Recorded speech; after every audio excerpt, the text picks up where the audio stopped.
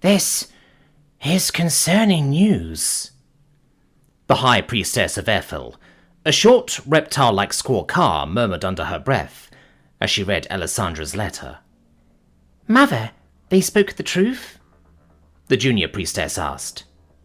The younger squawk-car had expressed skepticism when Alora had requested to meet with the High Priestess at the Temple of Hope, but had dutifully led them to her. I wasn't aware we had a holy site like that all the way out there. Nor should you have been. The elder shook her head. It's a need-to-know secret by our church, and few others in the city know of its existence. She looked up to the group. How did you come to be there? Corvin Enterprises knows about it, Nika answered. It was one of their executives that hired us to find out what was going on. He's the son of the last druid guarding the place.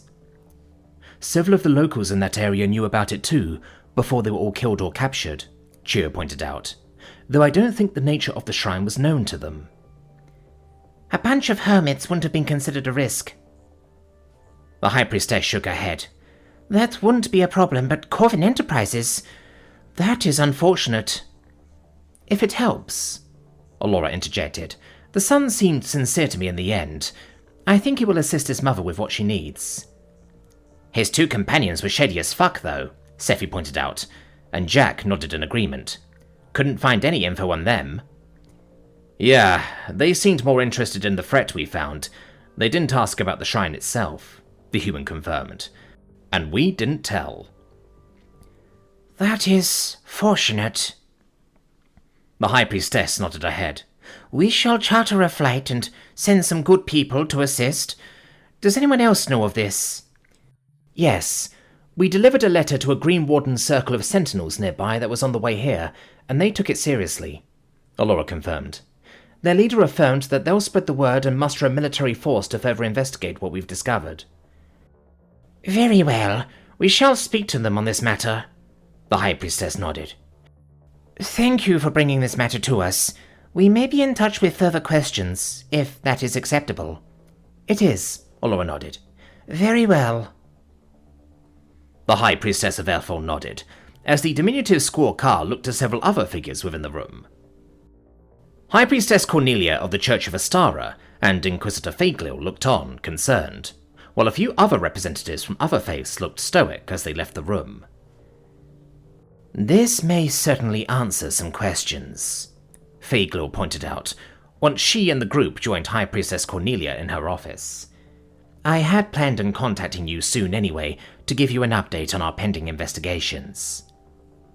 What updates? Jack asked, coughing violently as he suddenly perked up from his lethargy.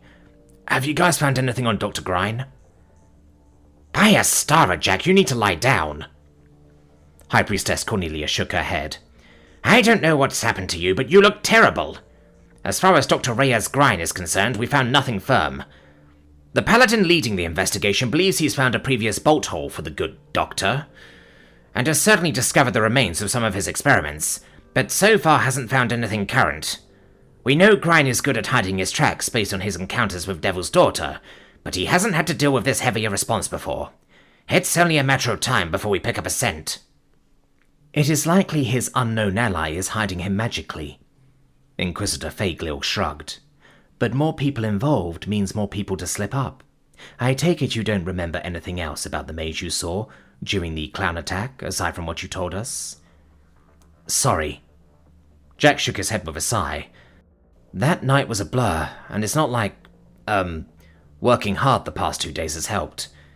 If I remember anything else, I'll speak up about it.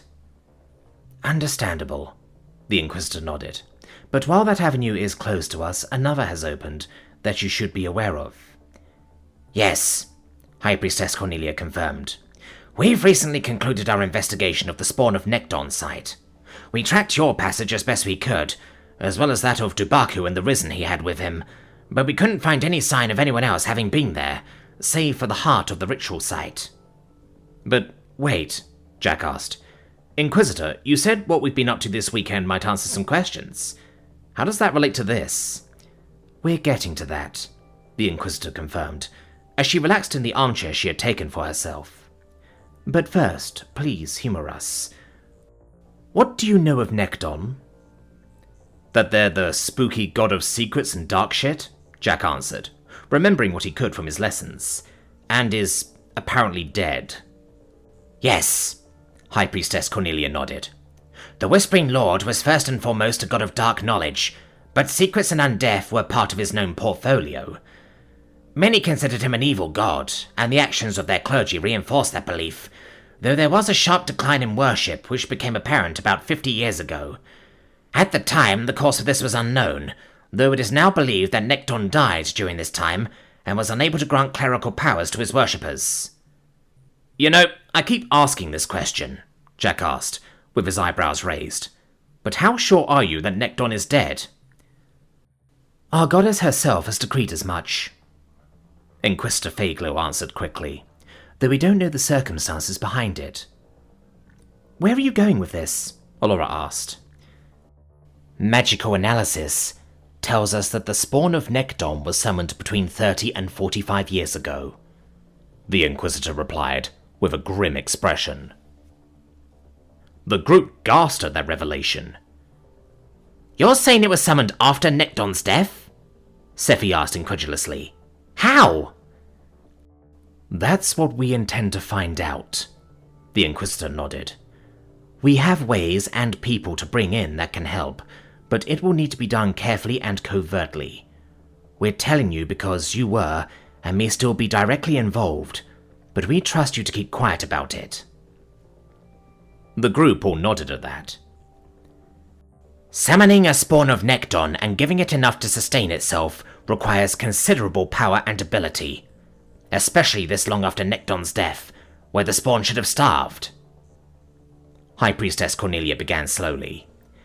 Even if Dr. Grine was bluffing when he spoke to you, Jack, it is still firmly in the interests of the Temple of Hope to identify the summoner and eliminate the threat they pose. And you and your group of adventurers just discovered a possible suspect, Inquisitor Fayglow noted. I have my suspicions about what you may have discovered, but based on your reports of this entity Jack encountered after destroying this cocoon, I know for sure they could be powerful enough. It's an unknown, Cornelia admitted. But until we can learn more from our ongoing investigations, it's something new to go on, and I will not have us sit idle and wait for some other calamity to happen. Do you have any other suspects? Chio asked. None with the motive. Inquisitor Fayglow shook her head with a grimace. And we have nothing on the wizard who assisted Dr. Grine. The grave news hung in the air for a moment, until High Priestess Cornelia spoke again. Jack, have you contacted the people I recommended you speak to? The wolf-like woman asked with raised eyebrows. Yeah, Jack nodded, and Cornelia's eyes briefly flitted to something on her desk. Jack, the woman gently began with a deep sigh. I don't need to have a truth circle on my carpet to know you're lying. I don't need a damn shrink. Jack shook his head, but then sighed as he looked back over the past few days and decided to amend his usual answer. It's not going to change anything that's happened, so I've just got to suck it up and deal with it the best I can. And if I struggle to do that, at least I can talk to my friends who've experienced this shit right there with me. Cornelia looked at Jack for a few moments before she reluctantly nodded. Well, at least that's an improvement.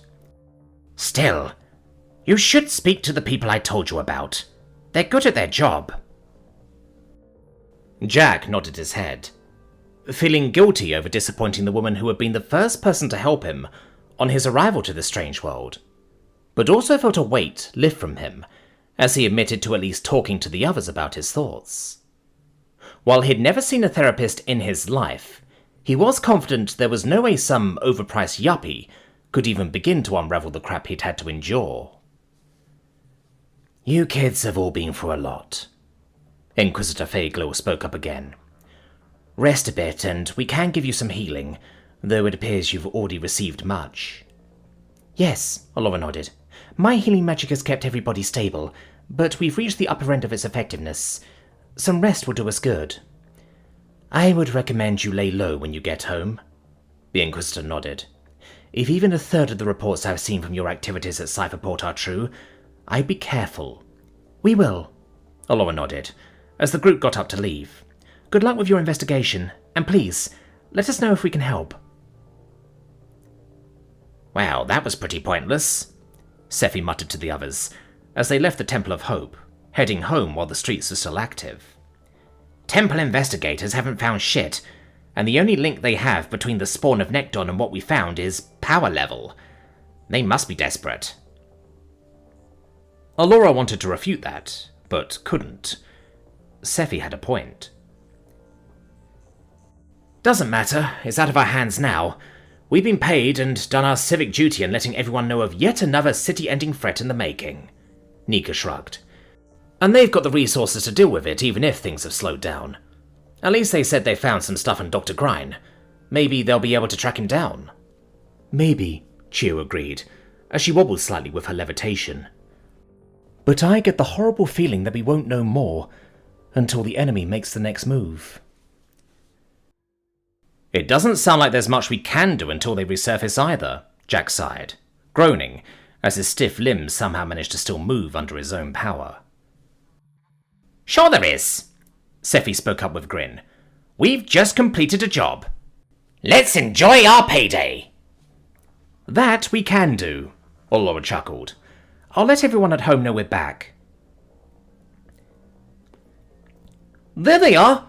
Obida, could you please put the kettle on and make some tea? The sound of one of the squaw car could be distinctly heard from their home district. Sounds good to me, Jack groaned under his breath, as he stumbled along the familiar dirt path. I need to sit down. Woof! Dante barked, looking at Jack with concern. Damn, Jack, you're getting worse, Nika pointed out. I think we all are, Chio admitted. Hold on, we're nearly there. Finally, the automated district doors opened by Allura's command, and the group stumbled home with a shared sigh of relief. You guys look terrible, Rail pointed out, as the squaw car climbed down the guard tower to greet them all as they entered. Feel it too, Scifi grunted back. Please, sit down, Rail panicked, as Obida brought out some teas. What happened? Barely any sleep and almost total non-stop action, Nika replied, with a tired, joking smile. So, business as per usual. You guys want any pizza? Bentham called out from the house. What toppings do you want? No mushrooms! Allura called out so vehemently that it spurred the others to quickly echo the sentiment. Okay, Bentham called back, slightly confused. I'll order a few by drone and bring them to you. There's some soup if you want it too. Yes, please, Nika called back, as she sat down on the ground and laid back, not even bothering to take her backpack off. Well, Zale and I have some good news for you. Rail perked up as the rest of the group slumped down to the ground. Oh yeah? Scifi asked. We've been out a few times for a few jobs with Carson, Bentham and Obida, the squaw car began. And we've been on a few supply runs in the meantime, so there's a few more solar panels for you, but also... What? Chio asked. We were able to travel to a few of the lakes around the city, the squaw car exclaimed. We were able to bring some water back with us with Zale's water spirit, and I've been learning to create water too. Wait a minute. Are you saying what I think you're saying? Scifi perked up. Yep, Rail smiled warmly. We filled your hot tub. Sweet! The scritter grinned, though she still couldn't be bothered to shift herself from where she lay. Agreed. We can drop in the lesser lifestone and use it to recover, Chio added, looking to the tub in question that had sat there unused ever since they'd had it installed, with the recent troubles in the city making it a poor purchase in hindsight. That would be for the best, Allura agreed. Come on, everyone up.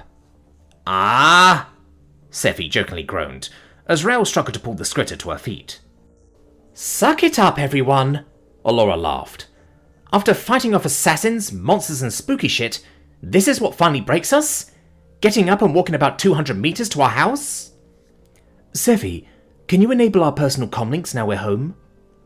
Chio asked the scritter, as the Alethi simply floated up above the ground. Sure, no problem, Scifi answered, and quickly fiddled with a few settings on her comlink.